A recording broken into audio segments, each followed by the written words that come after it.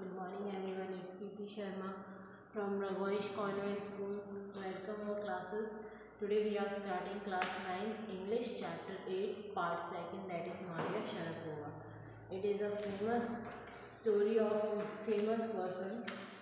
इससे पहले हमने पार्ट 1 में संतोष यादव की स्टोरी पढ़ी थी. आज हम पढ़ेंगे मारिया शेरापोवा की story. A Russian girl, Maria Sharapova, reached the summit of women's tennis when she was barely 18. As you read about her, see if you can draw a comparison between her and Santosh Yadav. ये जो एक story है ये Maria Sharapova जो कि Russia की एक लड़की थी. उन्होंने मात्र 18 साल की उम्र में क्या किया था, टेनिस के सबसे हाईएस्ट सबसे ऊंचे प्लेयर्स में अपना नाम दर्ज करवा दिया था. इस चैप्टर में हम उनके बारे में पढ़ेंगे, उनकी स्टोरी पढ़ेंगे और हम चाहें तो उनकी जो कंपैरिजन है वो संतोष यादव से भी कर सकते हैं. There is something daring about Maria Sharapova, sometimes as odd with her ready smile and glamorous attire, and then something is here lifted her on Monday, 22nd August 2005, to the world's number one position in women's tennis. All this happened in almost no time.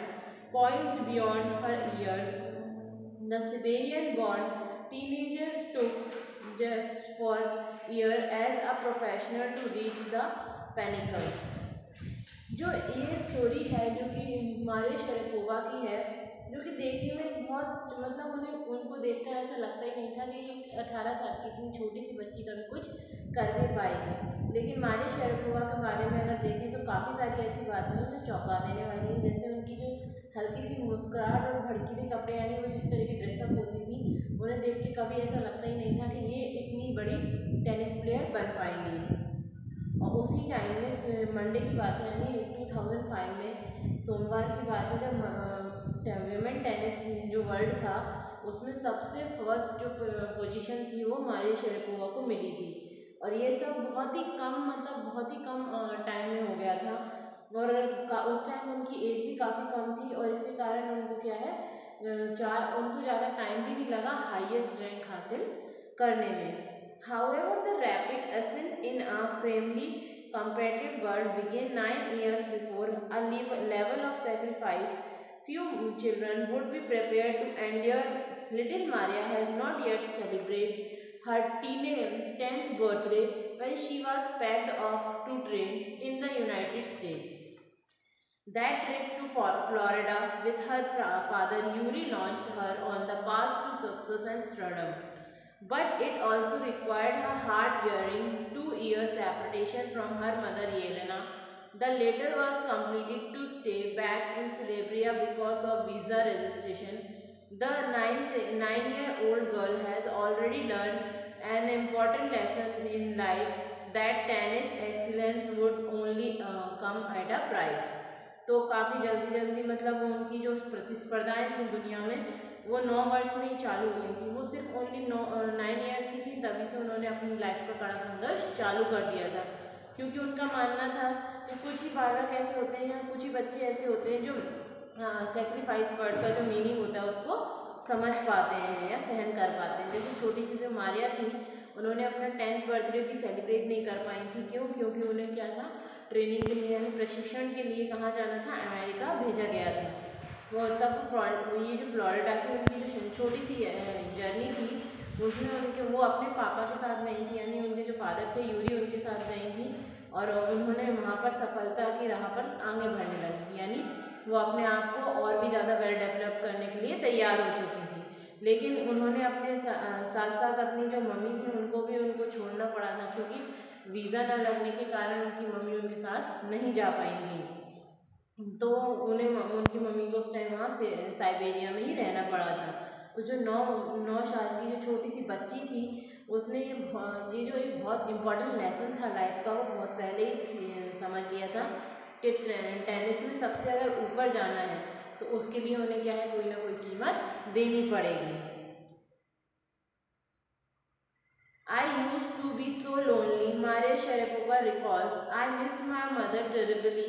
My father was working as so much he could to keep my tennis training going, so he could not see me either.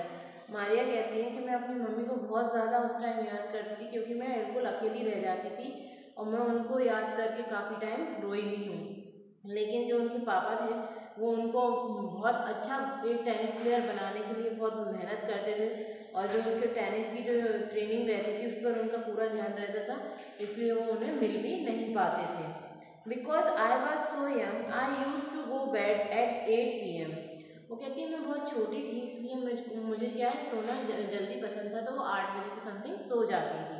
The other tennis pupils would come at 11 PM and walk me up and order me to tidy up the room and clean it। तो वो कहती है कि जो दूसरे tennis players थे वो रात को 11 बजे आते थे और वो मुझे नींद से जगाकर मुझसे पूरा रूम साफ करवाते थे। Instead of letting the dress me, I became more quickly determined and mentally tough. I learned how to care of myself. I never thought of quieting because I knew what I wanted. When you come from nothing and you have nothing, then it makes you very hungry and determined. I would have put up with much more humiliation and insult than that to strictly pursue my dream। वो कहती हैं कि जिस तरीके से इतने तनाव में होने के बजाय मैंने और भी मतलब वो लोग उन्हें इतना प्रेशराइज करते थे, परेशान करते थे, उनके और प्लेयर्स थे, हाथ वाले कंपेनियन थे, लेकिन वो बोलती है मैंने उस टाइम दृढ़ निश्चय कर लिया था और अपने मेंटली रूप से मैं इतनी प्रिपेयर हो गई थी कि चाहे कुछ भी हो जाए मुझे खुद अपने टेनिस पर ध्यान देना, खुद की देखभाल खुद करनी है। उन्होंने कहा मैं कभी पीछे नहीं हटना नहीं सीखा क्योंकि मैं जानती थी कि जो भी करना है वो मुझे ही करना होगा। और जब आप कहीं से मतलब आपको ये उम्मीद होती है कि जब तक हमारे साथ कोई है तो हमें क्या हम दूसरों पर डिपेंड रहते हैं, लेकिन उन्हें क्या था कि उन्हें ये पता चल गया था कि अब उनके लिए कोई भी नहीं है, उनके आसपास कोई भी नहीं है, तो उन्हें अगर भूख लगेगी तो उन्हें खुद को ही खाना पड़ेगा। तो इस तरीके उन्होंने काफ़ी सारे जो ख्वाब थे अपने मन में डिटरमाइन होकर यानी अपने आप को दृढ़ निश्चय करके उन्होंने जो अपने सपने थे उनको साकार करने के लिए इतनी अधिक मेहनत की और काफ़ी सारा अपमान भी सहन किया था। तो ये था हमारा पार्ट सेकंड का एक स्टैंजा। नेक्स्ट स्टैंजा हम नेक्स्ट वीडियो में कंटिन्यू करेंगे। अगर आपको इससे रिलेटेड कोई भी डाउट है तो आप मुझसे पूछ सकते हैं। Thank you for watching the video.